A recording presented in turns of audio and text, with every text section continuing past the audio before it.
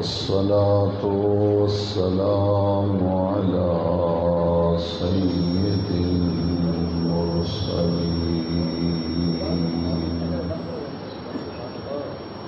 وعلى آله وأصحابه أجمعين. أما بعد فأعوذ بالله من الشيطان الرجيم. بسم الله الرحمن الرحيم.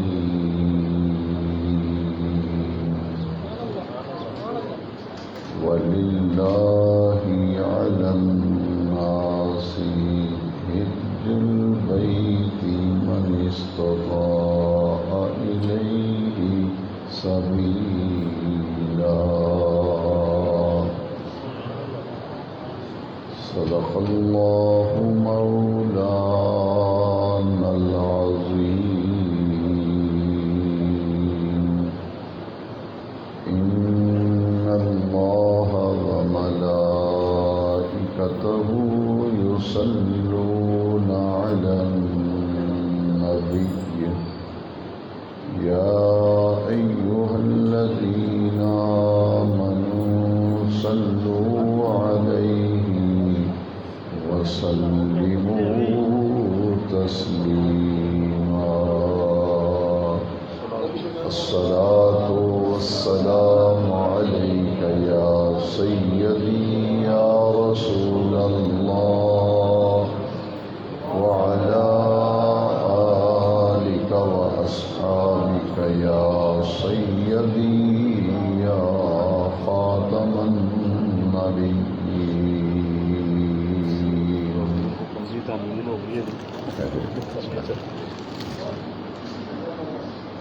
صدر محفل گرامی مرتبت جناب الحاج محمد شریف صاحب چشتی زید مجدہ سرپرست اعلیٰ درس قرآن و حدیث، جملہ حاضرین و سامعین کرام، عالمی ادارہ نور الاسلام حلقہ فاروق آباد کے زیر اہتمام 106ویں درس قرآن و حدیث میں آج ہمیں حاضری کی سعادت حاصل ہو رہی ہے. میں دل کی گہرائیوں سے اس درس قرآن و حدیث کے مبارک سلسلے میں ہمارے مخلص احباب جو ہر مہینے بڑی دلچسپی لیتے ہیں اور بڑی محبت سے اس مبارک سلسلے کو جاری رکھے ہوئے ہیں، ان میں سے ہمارے نہایت مخلص جناب حاجی شفقت حسین صاحب اور جناب الحاج ملک محمد امین صاحب قادری بانی بزم ذکر حبیب اسی مہینے میں حرمین طیبین کی حاضری، عمرہ شریف کی ادائیگی اور زیارت روضہ رسول، حاضری مدینہ منورہ سے مشرف ہو کر واپس تشریف لائے ہیں. میں دل کی گہرائیوں سے اس سعادت کے حاصل ہونے پر اپنے دونوں مہربان حضرات کو مبارکباد پیش کرتا ہوں، اور میری دعا ہے کہ اللہ رب العزت زندگی میں بار بار حج بیت اللہ شریف، حاضری مدینہ منورہ حضور کے ہر غلام کو نصیب فرمائے. آپ سب حضرات جانتے ہیں کہ یہ ذیقعد کا مہینہ ہے، اور اسلامی سال کے یہ 3 مہینے جو متصل ہیں، شوال، ذیقعد اور ذی الحج، قرآن مجید میں اللہ رب العزت نے ارشاد فرمایا الحج اشہر معلومات، حج کے مہینے معین ہیں، معلوم ہیں، مقرر ہیں۔ اس آیت کی تفسیر میں تمام مفسرین کرام نے لکھا ہے کہ اس سے مراد ماہ شوال کا پورا مہینہ ہے اور ماہ ذیقعد کا پورا مہینہ ہے، اور ذی الحج کے پہلے 10 دن جو ہیں، شوال کا پورا مہینہ، ذیقعد کا پورا مہینہ، البتہ شوال کے پہلے 10 دن یہ حج کے مہینوں میں شمار کیے گئے ہیں۔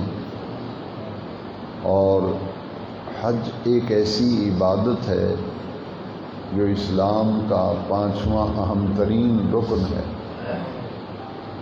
حضرت عبداللہ ابن عمر رضی اللہ تعالیٰ عنہ سے حدیث پاک مروی ہے کہ نبی کریم علیہ الصلاۃ والسلام نے فرمایا اسلام کی بنیاد 5 چیزوں پر رکھی گئی ہے۔ اسلام کے یہ 5 ارکان کہلاتے ہیں ارکان خمسہ۔ پہلا رکن ہے شہادت توحید و رسالت،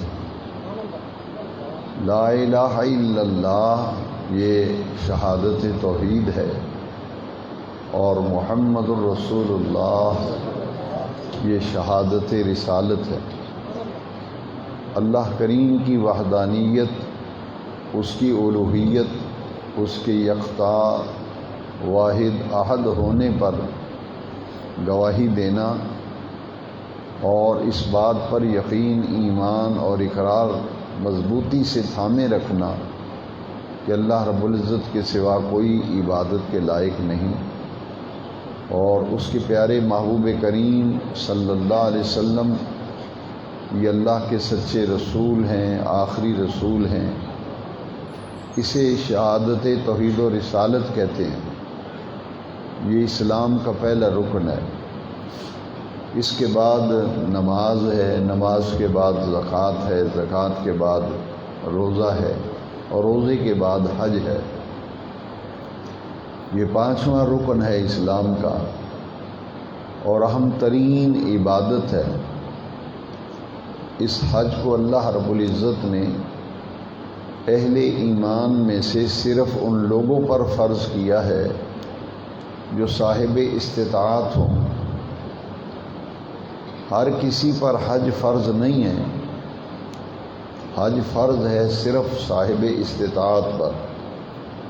صاحب استطاعت سے مراد وہ شخص ہے جس کے پاس اتنے پیسے، اتنی رقم موجود ہو کہ حج پہ جانے آنے اور جتنے دن وہاں قیام کرنا ہے، جتنے بھی اخراجات وہاں ہونے ہیں، وہ سارا انتظام، سارا بندوبست اس کے پاس موجود ہو، اور اپنے اہل و عیال اور اپنے اہل خانہ کے لیے جتنے دن حج کے قیام میں صرف ہوں گے، ان تمام دنوں کے اخراجات کے لیے بھی رقم اہل خانہ کے سپرد کر کے جائے۔ اتنی رقم جس کے پاس ہو اس پر حج فرض ہے۔ لیکن اس میں 2 شرطیں اور بھی ہیں۔ ایک یہ کہ اس کی صحت اس قابل ہو، اس کی صحت اتنی اچھی ہو کہ وہ مناسک حج اور ارکان حج کو اچھے طریقے سے ادا کر سکے۔ تیسری شرط ہے کہ راستہ بھی صاف ہو۔ اگر خدا نخواستہ راستے میں ایسا کوئی معاملہ ہے، کوئی جنگ لگی ہوئی ہے یا پرخطر راستہ ہے، راستے کے لیے صحیح ہونا یہ شرط ہے، اور اخراجات اس کے پاس موجود ہوں، اپنے وہاں کے اخراجات بھی اور اہل خانہ کے تمام اخراجات ان کے پہلے سپرد کر کے جائے۔ اس شخص پر حج فرض ہے. جس کے پاس اتنی رقم نہیں ہے اس پر تو حج فرض ہی نہیں. حج پوری زندگی میں ایک مرتبہ فرض ہے، اور عمرہ جو ہے یہ ساری زندگی میں ایک مرتبہ ادا کرنا سنت مؤکدہ ہے. جس نے ایک مرتبہ عمرہ کر لیا تو یہ عمرہ اس کا سنت مؤکدہ میں تصور ہوتا ہے. اس کے بعد جتنے بھی عمرے کرے گا وہ اس کے نفلی عمرے شمار ہوں گے، نفلی عبادت شمار ہوگی. اسی طرح حج تو پوری زندگی میں ایک مرتبہ فرض ہے. جس نے ایک حج کر لیا اس کا فرض ادا ہو گیا، اور اس کے علاوہ جتنے بھی حج کرے گا وہ نفلی حج شمار ہوں گے. ہمارے پیارے آقا کریم رؤوف الرحیم صلی اللہ علیہ وسلم نے بھی پوری ظاہری حیات طیبہ میں ایک ہی حج فرمایا تھا، جسے حجۃ الوداع کہتے ہیں. ایک مرتبہ ہی حضور نے حج فرمایا تھا. یہاں یہ بات یاد رکھیں کہ حج کا لفظی معنی ہے ارادہ کرنا. حج کا لفظی معنی کیا ہے؟ ارادہ کرنا. اور اصطلاح شریعت میں حج کا معنی ہے اللہ کے گھر کی زیارت کی نیت کر کے وہ تمام مناسک ادا کرنا جو اللہ کریم نے معین فرمائے. یہ حج کا اصطلاحی معنی ہے، اور لغوی معنی اور لفظی معنی ہے ارادہ کرنا. اور نبی کریم صلی اللہ علیہ وسلم نے اس حج کے حوالے سے، چونکہ یہ ماہ ذیقعد ہے اور حج کا مہینہ ہے، شوال کا مہینہ بھی جو گزر گیا وہ بھی حج کے مہینوں میں شمار ہے، ذیقعد بھی حج کے مہینوں میں شمار ہے. البتہ آنے والا اسلامی مہینہ ذی الحج جو ہے اس کے صرف پہلے 10 دن یہ حج کے مہینوں میں شمار کیے گئے. اس لیے آج میں حج بیت اللہ شریف کے عنوان پر موضوع پر ہی کچھ باتیں قرآن و حدیث کی روشنی میں عرض کرنے کی سعادت حاصل کر رہا ہوں. تو اتنی اہم عبادت ہے کہ اس کی جزا بھی اللہ تبارک و تعالیٰ نے بہت بڑی رکھی ہے. جس طرح یہ عبادت بڑی اہم ہے، اس کی جزا بھی اللہ کریم نے بڑی رکھی ہے. کچھ عبادتیں بدنی عبادت ہیں جس میں صرف انسان کا جسم اور بدن جو ہے وہ مشقت اٹھاتا ہے، جیسے نماز ہے اور جیسے روزہ ہے. کچھ عبادتیں قولی ہیں، فعلی ہیں، مالی ہیں، اور کچھ عبادتیں بدنی ہیں. مالی عبادت جیسے زکوٰۃ مالی عبادت ہے، صدقہ فطر مالی عبادت ہے. عام طور پہ جو انسان صدقہ خیرات کرتا رہتا ہے وہ بھی مالی عبادت ہے. لیکن حج ایک ایسی عبادت ہے جسے مرکب عبادت کہتے ہیں، یعنی اس میں مال بھی خرچ ہوتا ہے. یہ مالی عبادت بھی ہے اور بدنی عبادت بھی ہے. جہاں پیسہ خرچ ہوتا ہے، مال خرچ ہوتا ہے، وہاں انسان کا جسم اور بدن جو ہے وہ بھی مشقت اٹھاتا ہے. اس لیے حج کو مرکب عبادت تصور کیا گیا. اور حج کے 5 دن ہیں. ذی الحج کی 8 تاریخ کو مناسک حج شروع ہوتے ہیں. ارکان حج 8 ذی الحج کو شروع ہوتے ہیں، 12 ذی الحج کو ختم ہو جاتے ہیں. ہاں گنجائش رکھی گئی ہے کہ اگر کوئی اگلے دن 13 ذی الحج کو منا میں ٹھہرنا چاہے، یہ فرض نہیں ہے. اگر کوئی ٹھہر جاتا ہے تو یہ بڑی اچھی بات ہے، ورنہ 12 تاریخ کو حج مکمل ہو جاتا ہے.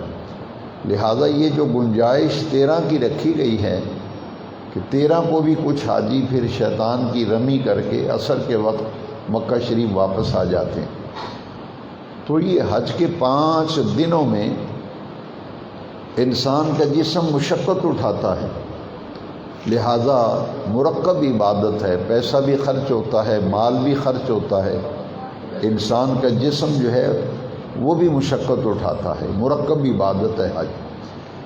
اور جتنی بڑی عبادت ہے کہ پوری زندگی میں ایک مرتبہ فرض، اندازہ لگائیں اس کی اہمیت کا اندازہ لگائیں، کیونکہ اس پر پیسہ بھی خرچ ہوتا ہے، اس پر بدن بھی مشقت اٹھاتا ہے۔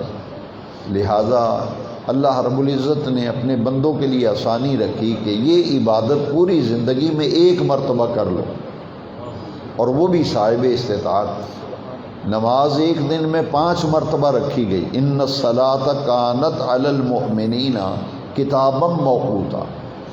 نماز ایسا فرض ہے جو 5 وقت میں، زکوٰۃ ایک ایسا فرض ہے جو سال میں 1 مرتبہ، وہ بھی صاحب نصاب پر۔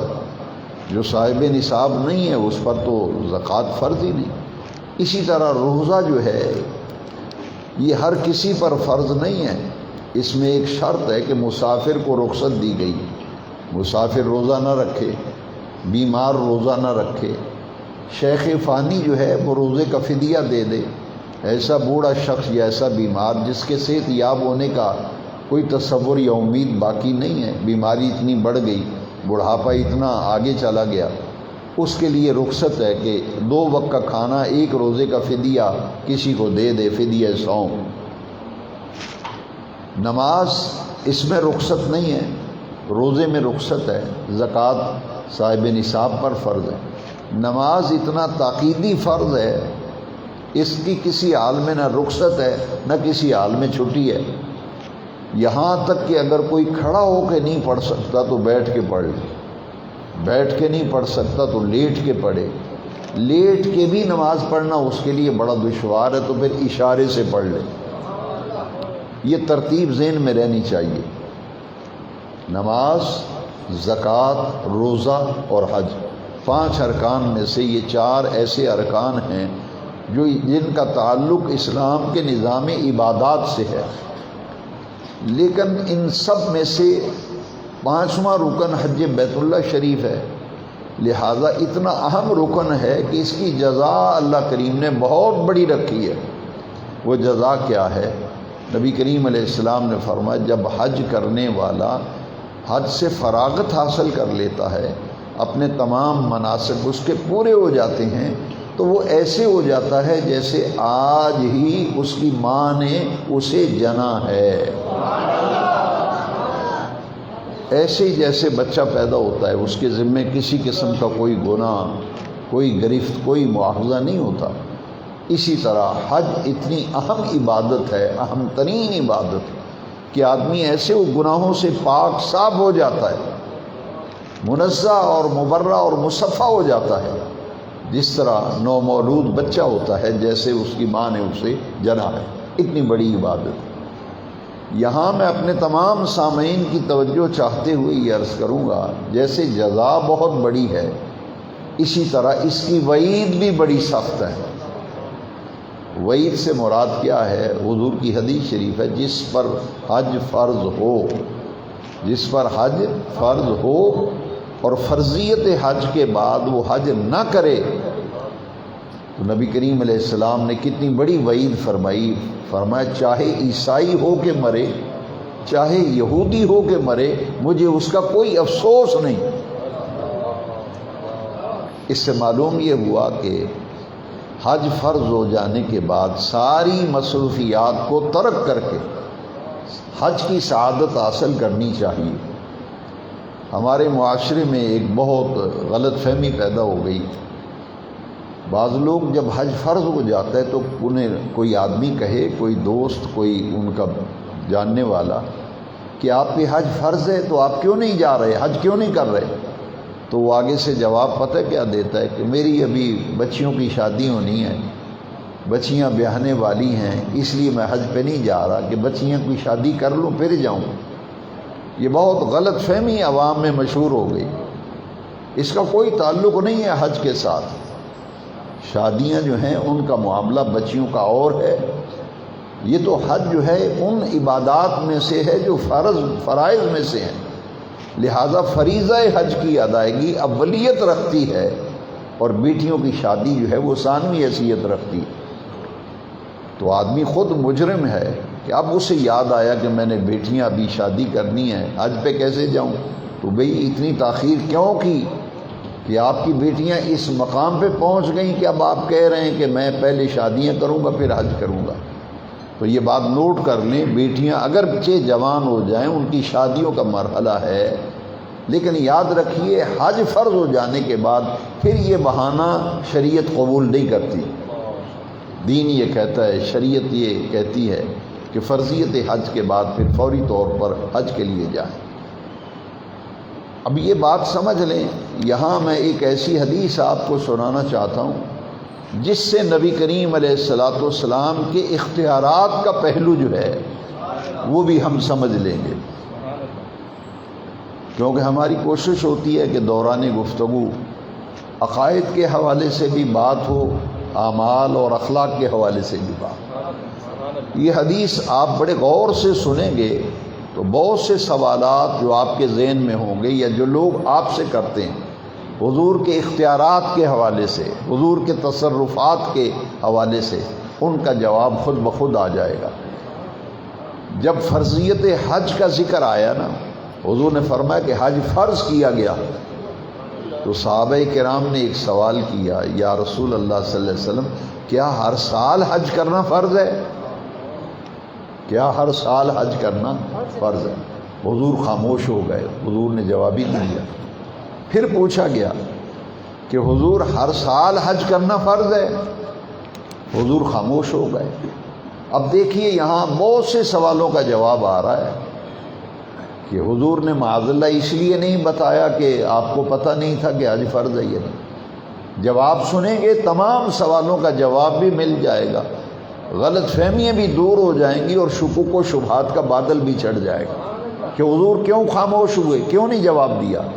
پوچھا حضور ہر سال حج فرض ہے؟ حضور خاموش ہے۔ مسلم شریف میں حدیث شریف ہے، مسلم شریف میں جب حضور نے خاموشی اختیار فرمائی نا، صحابہ دیکھ رہے ہیں کہ ہم نے پوچھا ہے، حضور نے فرمایا حج فرض ہے، ہم نے پوچھا ہر سال فرض ہے۔ اب حضور کا جواب بڑے غور سے سنیے اور اپنے دل میں جگہ دیں، اس جواب کو دل پہ لکھیں، سب سوالوں کا جواب آ جائے۔ میرے آقا نے فرمایا لو قلت نعم وجبت، فرمایا اگر میں ہاں کہہ دیتا تو ہر سال حج کرنا فرض ہو جاتا۔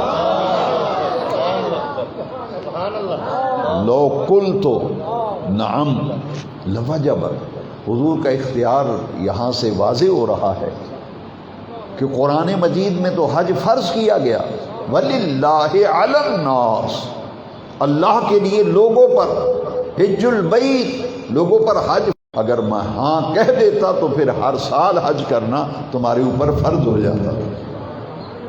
لہذا اس اہم ترین عقیدے کے حوالے سے بات کو سمجھ لینے کے بعد اب اگلی بات سمجھیں کہ طریقہ حج جو ہے وہی قبول ہوگا جس طریقے پر حضور نے حج کیا، نماز بھی وہی قبول ہوگی جو حضور کے طریقے پہ ہوگی، کیونکہ بخاری شریف کی حدیث ہے صلو کما رأیتمونی اصلی، جس طرح تم مجھے نماز پڑھتے ہوئے دیکھتے ہو ایسے نماز پڑھو۔ تو حج کے بارے میں حضور نے جو ایک ہی حج فرمایا پوری حیات مقدسہ میں، حجۃ الوداع، اس خطبے میں حضور نے کیا فرمایا تھا کہ مجھ سے حج کا طریقہ سیکھ لو، اور جو لوگ موجود نہیں ان کو حج کا طریقہ سکھلا دو اور بتلا دو۔ لہذا ہر عبادت اپنی قبولیت کے لیے طریقہ مصطفیٰ کی محتاج ہے، ہر عبادت اپنی قبولیت کے لیے طریقہ مصطفیٰ کی محتاج ہے کہ جب تک حضور کے طریقہ مبارکہ کے مطابق وہ عبادت نہیں ہوگی وہ قبول نہیں ہوگی، وہ رد کر دی جائے گی۔ لہٰذا آج حج بھی ایسے ہی کیا جائے گا جیسے نبی کریم علیہ السلام نے حج فرمایا تھا۔ اور یہ بات بھی نوٹ کر لیجئے کہ حج بیت اللہ شریف یہ تو یقیناً مکہ مکرمہ میں ہوتا ہے۔ حج کہاں ہوتا ہے؟ مکہ مکرمہ میں، اور مکہ مکرمہ کے مضافات میں وہ مقامات متعین ہیں، مقرر ہیں، وہ 3 مقامات ہیں جہاں حج کے مناسک ادا کیے جاتے ہیں، کسی اور جگہ وہ مناسک ادا نہیں ہوتے۔ ایک شہر مکہ مکرمہ اور مدینہ مکہ مکرمہ کے مضافات میں میدان منا، وادی منا، اور پھر میدان عرفات، مقام مزدلفہ، یہ 4 مقام ہیں جہاں مناسک حج ادا کیے جاتے ہیں۔ 3 مقام مکہ شریف سے متصل ہیں، اور ایک مکہ شریف میں بھی حج کا ایک اہم ترین رکن اور منسک ادا کیا جاتا ہے جس سے طواف زیارت کہتے ہیں۔ لہذا حج کی فرضیت، اس کی اہمیت اور اس کے مطالب و معنی سمجھ لینے کے بعد اب مناسک حج کے حوالے سے چند اہم باتیں کہ حج مکے میں ہوتا ہے، اور یقیناً مکے میں ہوتا ہے، منا میں حج ہوتا ہے، عرفات میں ہوتا ہے، مزدلفہ میں ہوتا ہے، لیکن اس کی قبولیت کی مہر جو لگتی ہے اور سند جو ملتی ہے وہ مدینہ منورہ سے ملتی ہے۔ حج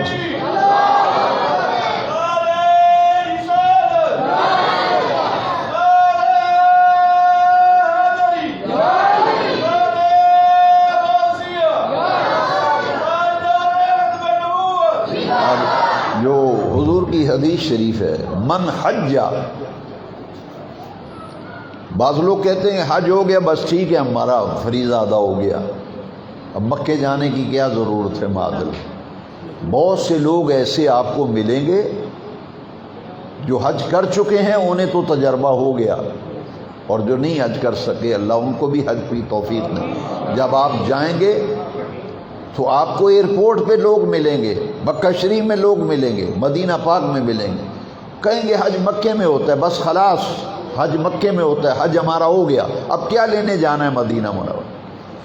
میں نے 1995 میں حج کیا تھا، تو اس دور میں مجھے کراچی کا ایک آدمی ملا، میں اس کے لیے حاجی کا لفظ تو استعمال نہیں کرتا، ایک آدمی ملا تھا مجھے، جب حج مکمل ہو گیا تو مدینہ شریف کی روانگی تھی، تو اس نے ایسے جملے کہے، آپ دیکھیے کہ اس ذہنیت کے لوگ بھی موجود ہیں۔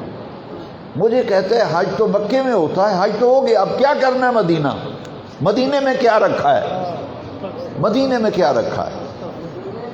اور ایک شخص مجھے اور ملا، وہ جب عمرے پہ پہلی دفعہ میں حاضر ہوا 1994 میں، مدینہ رمضان شریف کا مہینہ تھا، لاہور ایئرپورٹ پہ ہی ایک آدمی احرام باندھ رہا تھا، مجھے کہتا ہے حاجی صاحب حضور کے روزے کی نیت نہ کرنا، حضور کے روزے کی نیت نہ کرنا، بس عمرے کی نیت کرو، عمرے کی نیت کرو۔ میں نے کہا اس کو کیا تکلیف ہوگی، میں احرام باندھ رہا ہوں اور مجھے وہ اپنی طرف سے وہ تبلیغ کر رہا ہے، اور کیا کہتا ہے جی حضور کے روزے کی نیت نہ کریں، مدینے کی نیت نہ کریں۔ میں نے کہا کیسے یہ کم بخت لوگ ہیں، یہ حج ضائع کرتے پھرتے ہیں لوگوں کا۔ میرے آقا کریم نے فرمایا کہ من حج فلم یزرنی فقط جفانی، جس نے حج کیا اور میری زیارت کو نہیں آیا اس نے مجھ پر جفا کی۔ یہاں اس کے ساتھ شاہ عبدالحق محدث دہلوی نے جو مدارج النبوۃ شریف میں حدیث پاک نقل کی ہے، ان دونوں حدیثوں کو ملائیں اور پھر دیکھیں حج سے تعلق کیا ہے۔ حاضری مدینہ منورہ، زیارت روضہ رسول کا حج سے کیا تعلق ہے؟ دیکھیے ایک حدیث تو سن لی آپ، دوسری حدیث شریف جو مدارج النبوۃ شریف میں شیخ محقق علی الاطلاق شاہ عبدالحق محدث دہلوی علیہ رحمہ نے نقل کی، نبی کریم علیہ السلام نے فرمایا من زار قبری وجبت لہ شفاعتی، جس نے ایمان کی حالت میں میری قبر انور کی زیارت کی، قیامت کے دن اس کی شفاعت کرنا مجھ پہ واجب ہو گیا۔ یہ ایسے ہی نہیں دیوانے کہتے، الہی دکھا دے مدینہ کیسی بستی ہے جہاں رات دن مولا تیری رحمت برستی ہے۔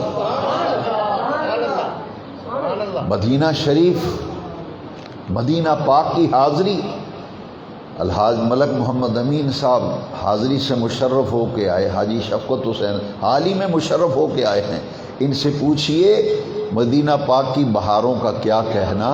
میرے آقا کریم کے روزہ اطہر پر 70,000 ملائکہ صبح آتے ہیں، شام تک حضور کے روزہ اطہر پر درود و سلام عرض کرتے ہیں، اپنے پر حضور کے روضہ اطہر سے بس کر کے برکت حاصل کرتے ہیں۔ شام کو وہ 70,000 ملائکہ کی جماعت رخصت ہو جاتی ہے، نئی 70,000 ملائکہ کی جماعت آتی ہے۔ اللہ کی عزت کی قسم صبح تک حضور کے روزے پہ پر بس کر کے برکت حاصل کرتے ہیں، درود و سلام کے نذرانے پیش کرتے ہیں۔ اور جو ایک مرتبہ فرشتہ آ جاتا ہے پھر قیامت تک اس کی باری نہیں آتی۔ تو یہ میرے دائیں بائیں بیٹھے کتنے خوش نصیب ہیں جو حال ہی مدینہ شریف سے آئے ہیں، یہ تو بار بار حاضری دے رہے ہیں، کئی مرتبہ حاضری دے چکے، اور میری دعا ہے پھر اللہ انہیں اپنے گھر میں بلائے، اپنے محبوب کا درد دکھائے۔ تو دیکھیے عاشق رسول کا کیا مقام ہے، فرشتہ تو ایک دفعہ آیا نا ڈیوٹی پہ، دوبارہ اس کی باری نہیں آنی۔ عاشق بار بار مدینہ شریف، بار بار مدینہ، بار بار مدینہ۔ کیوں؟ آمنہ کے لال نے دعا مانگی تھی، اے اللہ جتنی برکتیں تو نے شہر مکہ میں رکھی ہیں اس سے دگنی برکتیں شہر مدینہ منورہ کو رکھی۔ میں مانتا ہوں حج مکے میں ہوتا ہے، لیکن تمہیں کس نے اجازت دی ہے کہ لوگوں کو زیارت مدینہ منورہ سے روکو، حاضری مدینہ منورہ سے کہو، اس کا ارادہ نہ کرو، اس کی نیت نہ کرو؟ اللہ کی عزت کی قسم ہے، میرے امام نے بات کی تو بالکل تول کر اور بالکل سوچ سمجھ کر اور بڑی حکمت بھرے انداز میں بتایا۔ فرمایا ٹھیک ہے، یہ بحث کیوں کرتے ہو کہ مکہ افضل ہے یا مدینہ افضل ہے؟ امام نے بات ہی ختم کر دی، فرماتے ہیں طیبہ نہ صحیح افضل، طیبہ نہ صحیح افضل، مکہ ہی بڑا زاہد، طیبہ نہ صحیح افضل، مکہ ہی بڑا زاہد۔ ہم عشق کے بندے ہیں کیوں بات بڑھائی ہے، ہم عشق کے بندے ہیں کیوں بات۔ یہاں یہ بات سمجھ لیں کہ حج مکے میں ہوتا ہے، قبولیت کی مہر و سند جو ہے وہ مدینہ پاک سے ملتی ہے۔ میرے امام نے اسی لیے فرمایا حاجیو آؤ، یہ کہتے ہیں کہ حج کر لیا ہم پاکستان بھیجو۔ مجھے ملا تھا، کہتے اسانو ہن پاکستان کا لڑنا ساڑا تے حج ہو گیا، اساں ہن ایتھے کی کرنا ہے؟ میں نے کہا تم کہتے ہو کیا کرنا ہے، ہم نے تو ابھی مدینہ پاک حاضری دینی ہے۔ حاجیو آؤ، شہنشاہ کا روزہ دیکھو، کعبہ تو دیکھ چکے، اب کعبے کا کعبہ دیکھو۔ حج مکے میں ہوتا ہے لیکن مدینہ پاک کی حاضری اس لیے ضروری ہے کہ میرے امام فرماتے ہیں غور سے سن تو رضا، کعبے سے آتی ہے صدا، غور سے سن تو رضا، کعبے سے آتی ہے صدا، میری آنکھوں سے میرے پیارے کا روزہ دیکھو۔ کسی کا کوئی دنیا میں مجازی محبوب ہو نا، مجازی محبوب، مجازی محبوب، کسی سے مجازی محبت ہو جائے تو کوئی آدمی اس پہ تنقید کرے تو وہ جو مجازی محب ہوتا ہے نا اپنے محبوب کے بارے میں، اس شخص سے کیا کہتا ہے جو اس کی عیب نکالتا ہے؟ وہ کہتا ہے وہ میریاں نظراں نال ویکھے نا تینوں پھر پتہ لگے وہ کی مقام ہے، میریاں نظراں نال ویکھ جنہاں نظراں نال میں انہوں ویکھنا۔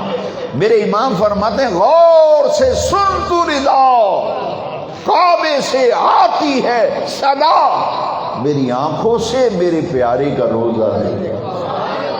کعبہ کہتا ہے، میرے امام فرماتے ہیں کعبہ کہتا ہے او حضور کے روزے پہ جانے والوں، جن نظروں سے کعبہ کہہ رہا ہے، جن نگاہوں سے، جن نظروں سے میں گنبد خضرا کو دیکھتا ہوں، تم بھی انہی نظروں سے دیکھو۔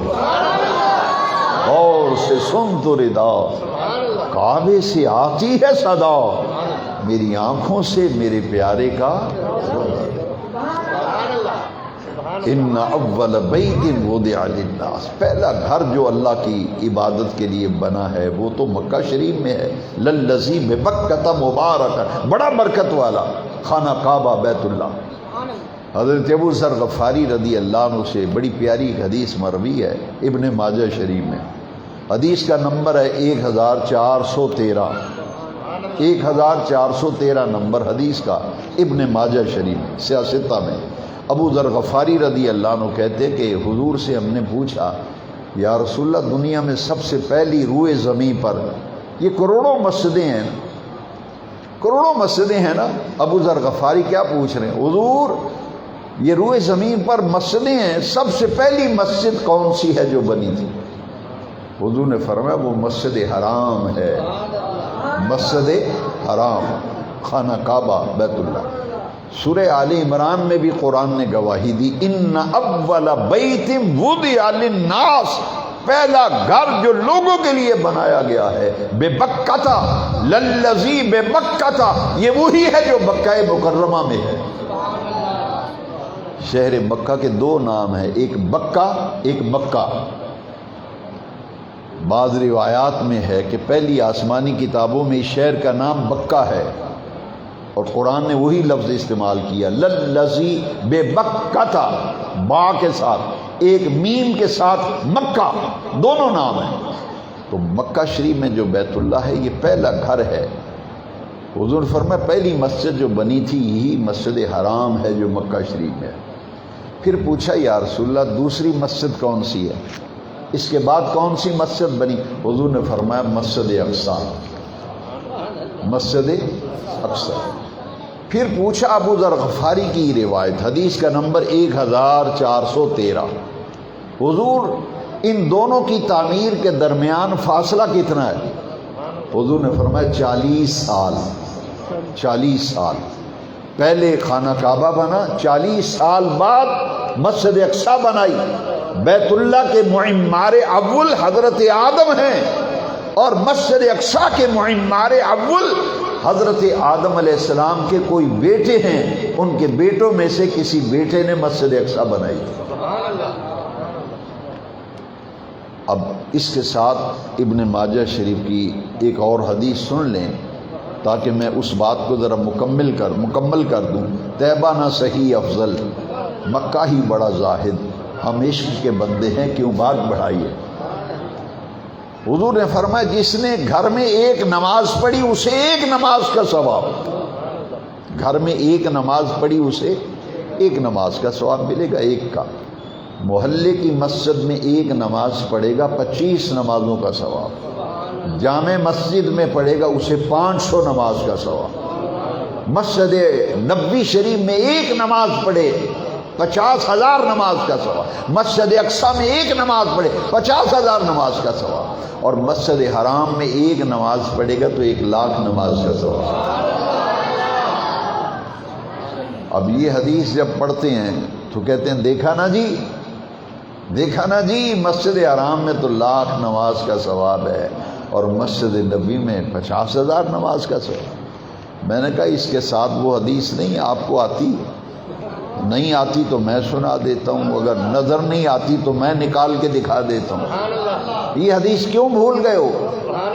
میں مانتا ہوں حضور کی حدیث ہے مسجد اقصی میں 50,000 نماز کا ثواب، ایک نماز کا 50,000۔ مسجد نبوی میں حدیث ہے ایک نماز کا ثواب 50,000۔ لیکن سرکار کی یہ دعا بھول گئے ہو، اے اللہ جتنی برکتیں تو نے شہر مکہ میں رکھی ہیں اس سے دگنی برکتیں شہر مدینہ کو عطا، اس سے دگنی برکتیں شہر مدینہ منورہ کو عطا۔ پھر حاجی صاحب بتا رہے تھے نا ملک محمد امین صاحب کے پرمٹ لینا پڑتا ہے ریاض الجنہ میں، پرمٹ ٹھیک ہے، میں مانتا ہوں مکہ شریف میں جنت المالا ہے، لیکن جنت البقیع تو مدینہ شریف میں ہے۔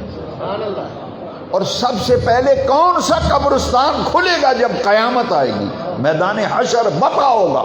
حدیث میں ہے پوری روئے زمین کے قبرستانوں میں سے سب سے پہلے حضور کی قبر انور کھلے گی، حضور اپنی قبر انور سے باہر تشریف لائیں گے، پھر حضرت عمر کی قبر کھلے گی، ابو بکر صدیق کی قبر کھلے گی، پھر حضرت عمر کی قبر کھلے گی، پھر اہل بقیع کی قبریں کھلیں گی، اس کے بعد جنت المالا جو مکہ شریف کا قبرستان ہے وہ کھلے گا۔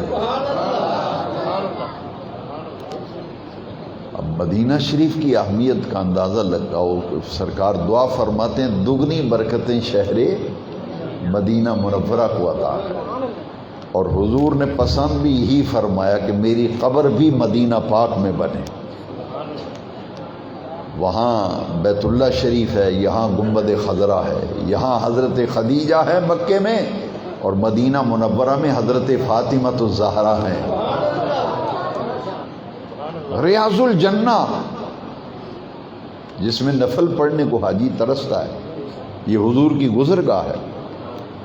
میرے امام نے فرمایا کہ طیبانہ صحیح افضل، مکہ ہی بڑا زاہد، ہم عشق کے بندے ہیں کیوں بات بڑھائی ہے. عقل اور عشق کا یہ شروع سے تقابل رہا ہے. عقل کے گھوڑے دوڑانے والے ناکام رہ جاتے ہیں اور عشق سے آشنا لوگ بازی لے جاتے ہیں. عشق سے آشنا لوگ بازی لے جاتے ہیں. کیا کسی نے خوب کہا کہ آتش نمرود میں حضرت ابراہیم کو گرایا گیا نا، بے خطر کود پڑا آتش نمرود میں عشق، عقل محو تماشا ہے لبے بام. ابھی عقل کے تقاضے اور ہوا کرتے ہیں، عشق کے تقاضے اور ہوا کرتے ہیں. اس لیے میرے امام نے فرمایا، دیکھیے نا عاشقانہ بات کی، فرماتے ہیں حاجیو آؤ شہنشاہ کا روضہ دیکھو. کعبہ تو دیکھ چکے، اب کعبے کا کعبہ دیکھو. آب زمزم تو پیا، آب زمزم تو پیا، خوب بجھائیں پیاسیں، آؤ جود شہ کوثر کا بھی دریا دیکھو. مکہ شریف کی بہاریں دیکھی ہیں تو آنا ذرا مدینہ پاک کی بہاریں بھی تو دیکھنا، یہاں کی بہاریں بھی تو دیکھ. اللہ اکبر. تو حج کے مناسک، آخری بات سن لیں، مناسک حج. 8 ذی الحج کو منا میں پہنچے ہیں، 9 ذی الحج کو میدان عرفات میں پہنچے ہیں، اور میدان عرفات کا وقوف یہ حج کا رکن اعظم ہے. جو حدود عرفات میں داخل ہو گیا اور مغرب تک اس نے وقوف کیا، اللہ کریم کی بارگاہ میں وہ حاجی لکھ دیا جاتا ہے. اور پھر میدان عرفات سے رات مزدلفے میں گزارتے ہیں. 9 ذی الحج کو آئے، 10 ذی الحج کو فجر کی نماز مزدلفے میں پڑھ کے منا میں جاتے ہیں، شیطان کو کنکر مارتے ہیں، پھر قربانی کرتے ہیں، پھر سر منڈواتے ہیں. حلق یا کسر، حلق افضل ہے، سر کٹھان منڈوانا یہ تو افضل ہے، لیکن اس کی بھی اجازت ہے، چھوٹے بھی کرا سکتے، حلق اور کسر. اس کے بعد پھر طواف زیارت، حج کا اہم منسک ہے مناسک حج میں سے. پھر طواف زیارت کے لیے مکہ شریف حاجی جاتا ہے، کعبے کے 7 چکر، صفا مروہ کے 7 پھیرے، یہ طواف زیارت. پھر 11 کو پھر منا میں شیطان کو کنکر، 12 کو پھر شیطان کو کنکر، رمی جمرات. یہ جتنے بھی مناسک حج ہیں، ایمان سے بتائیے یہ کس کی یادگار ہے؟ یہ کس کی یادگار ہے؟ اللہ کی عزت کی قسم، پورے کا پورا حج عبادت اللہ کی ہے، لیکن ادائیں کچھ حضرت ابراہیم کی ادائیں ہیں، کچھ حضرت ہاجرہ کی ادائیں ہیں، کچھ حضرت اسماعیل کی ادائیں ہیں. تو حج پوری عبادت حج 3 شخصیات کے گرد مناسک حج گھومتے ہیں. ایک ابراہیم خلیل اللہ علیہ السلام، حضرت ہاجرہ، حضرت اسماعیل، یہ 3 شخصیات، ان کے گرد حج کے سارے مناسک. منا میں جو قربانی کی جاتی ہے یہ کس کی یادگار ہے؟ حضرت ابراہیم علیہ السلام کی سنت ہے، یادگار حضرت ابراہیم کی ہے، قربانی حضرت اسماعیل کی تھی. صفا مروہ پہ جو سعی ہے یہ حضرت ہاجرہ کی یادگار ہے. شیطان کی رمی یہ حضرت ابراہیم کی سنت ہے. زمزم پینا، یہ زمزم اس کی نسبت تو ذبیح اللہ حضرت اسماعیل کی قدموں کے ساتھ ہے، ایڑیوں کے ساتھ. لہذا یہ کہتے ہیں جی یہ بابوں کو ماننے والے ہیں. میں نے کہا حج سارے کا سارا بابوں کی اداؤں کا نام ہے. حج سارے کا سارا بابوں کی اداؤں کا نام ہے.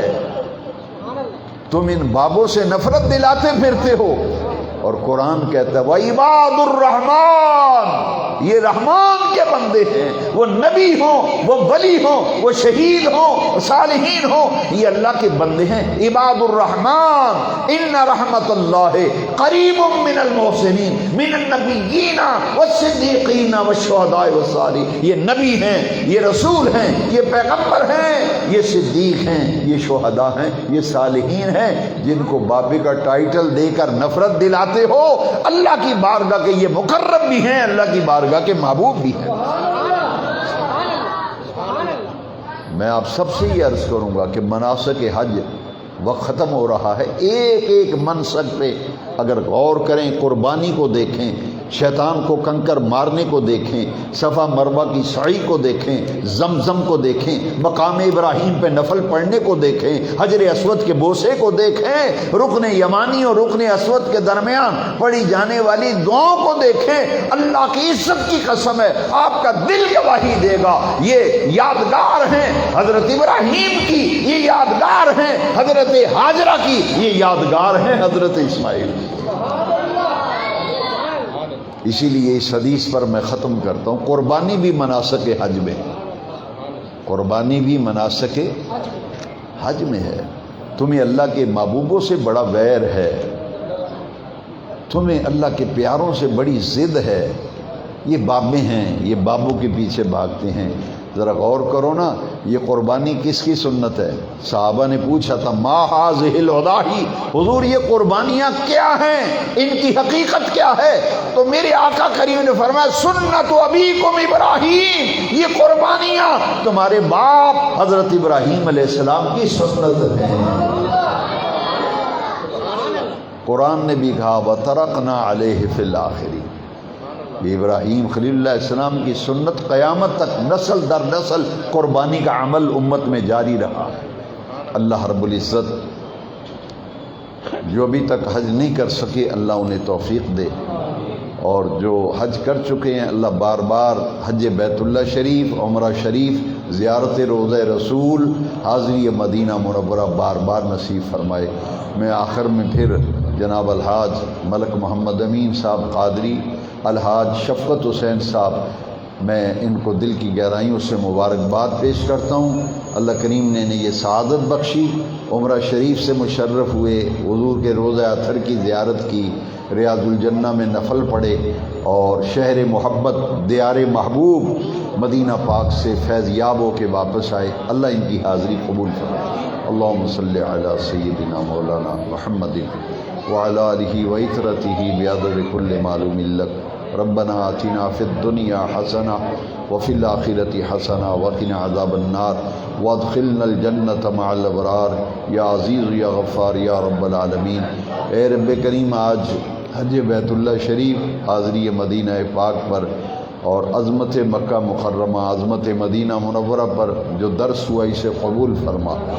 اے رب کریم، سب کو حج بیت اللہ شریف نصیب فرما، مدینہ پاک کی بادب حاضری و زیارت نصیب فرما۔